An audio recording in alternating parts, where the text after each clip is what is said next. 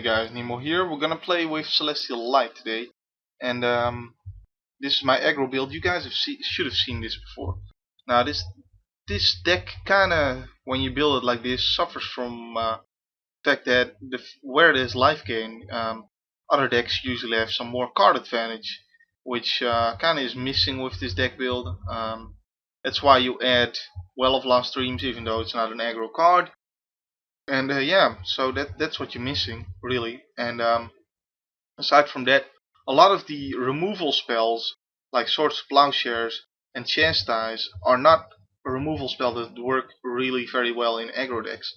So that kind of upsets the balance here. So you kind of, the weird thing is you kind of want to Swords of Plowshares just small creatures and try to, that are preventing you from attacking, rather than try getting his biggest dude, because that in an aggro deck is just not a good idea, because you give him too much life. So you gotta pay attention to that, and it's kind of weird, and it works against itself a little bit when you build it like this. But just building it for the pure life gain is not really an option either. So I don't know what to do with this deck just yet, but hey, we're gonna find out, and I'm gonna get into a game, take you guys on a magical journey, and get some gameplay going.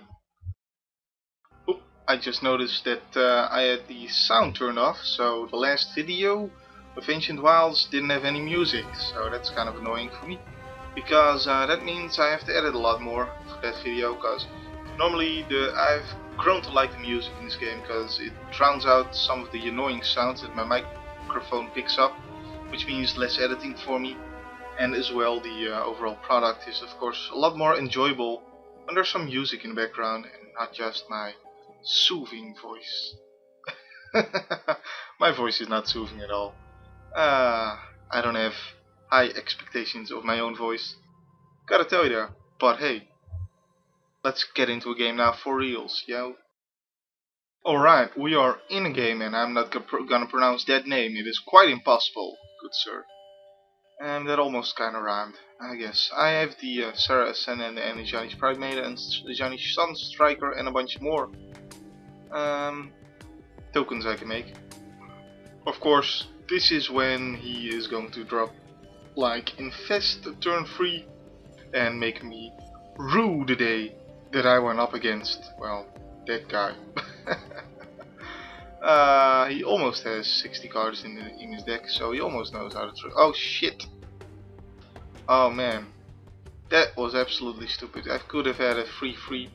Well, I guess I'd just play the Zani Sun Striker then, because then it sort of makes sense for me to do it this way.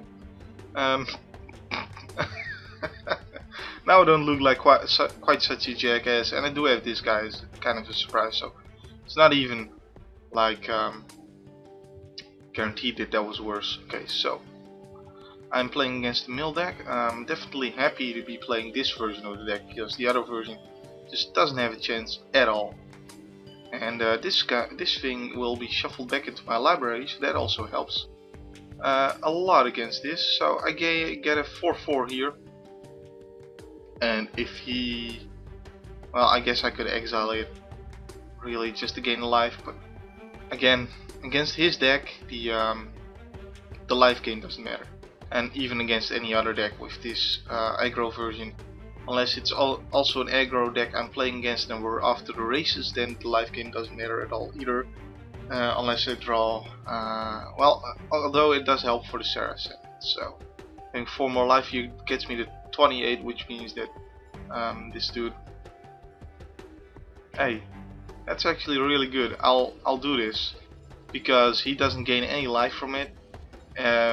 He doesn't have the crap to block me. He can't,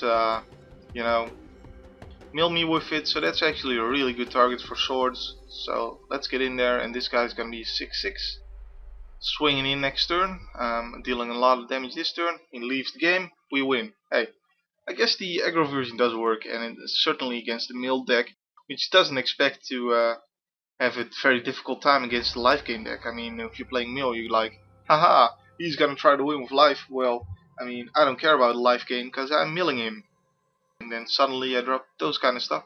And he does have to care about life, namely his life.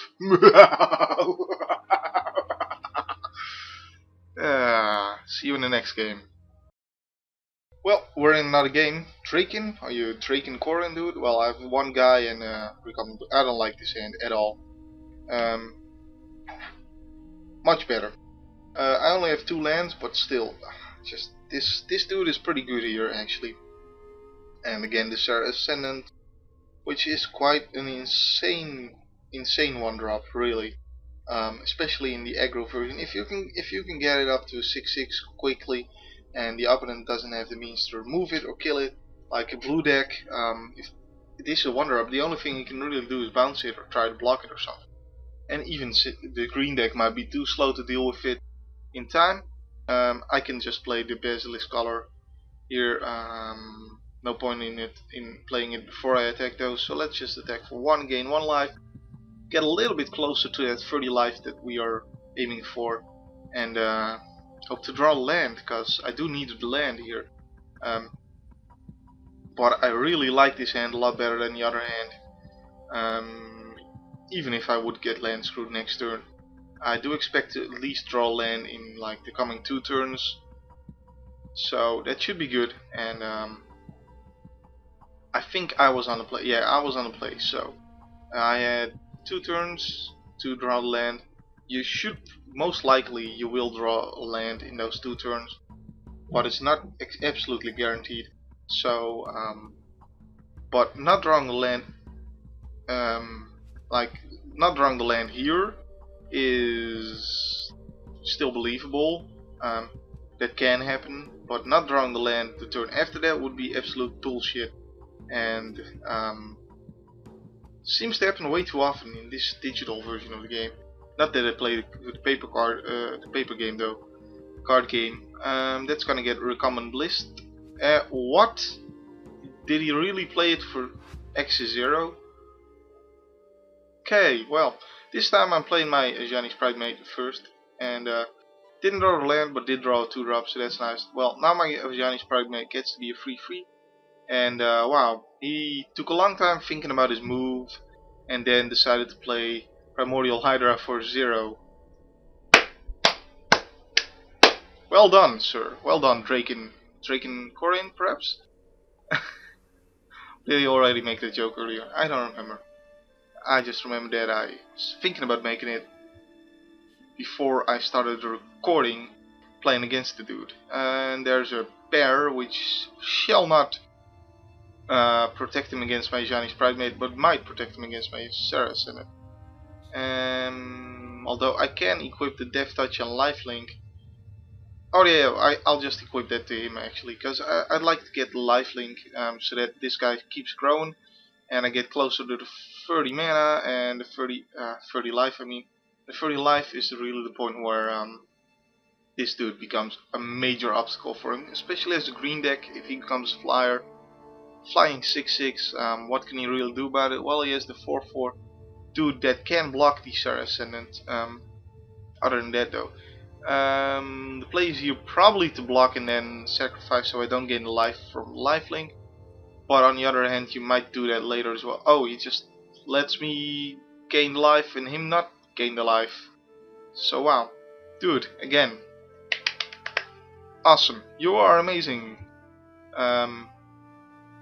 Okay, well, I do have the feeling that I'm being a little bit harsh here. I mean, not everybody knows how to play this game, and you know, there are new players obviously, but I do feel a little bit bad for making you guys go through this game and watching this, because obviously you want to see me play against good players, and I want to see myself play against good players as well. So you know, but I can't choose my matches, and I won't not upload this, so that's just how it goes, guys. And I do feel that that is a valuable target for Recommend Bliss, and getting Recommend Bliss out there means that I can get up to the I'm gonna gain like 5 life here, so I'm actually already up to the 30 life, so that's really good, and this becomes a 6/6. Now obviously the first strike 2/2 with lifelink is much more important to this deck than the 2/2 that doesn't first strike with lifelink. You know, the knight that was also in the knight's deck obviously in 2012 Well, that guy, just the first strike, not just for combat tricks and all that, but just because he first strikes and sometimes that activates the Sarah Ascendant before the Sarah Ascendant can deal its damage, making the Sarah Ascendant a 6/6 sooner than you might expect. Whipping that to your 4/5 won't do anything, but he can have another dude for 3 mana.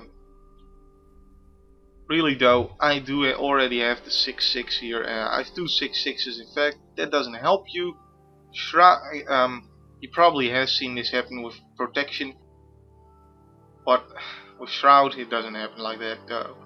It does not. I could play like this, well, either one. I probably want to play the Seraph of Dawn. Yeah, well actually I already killed him.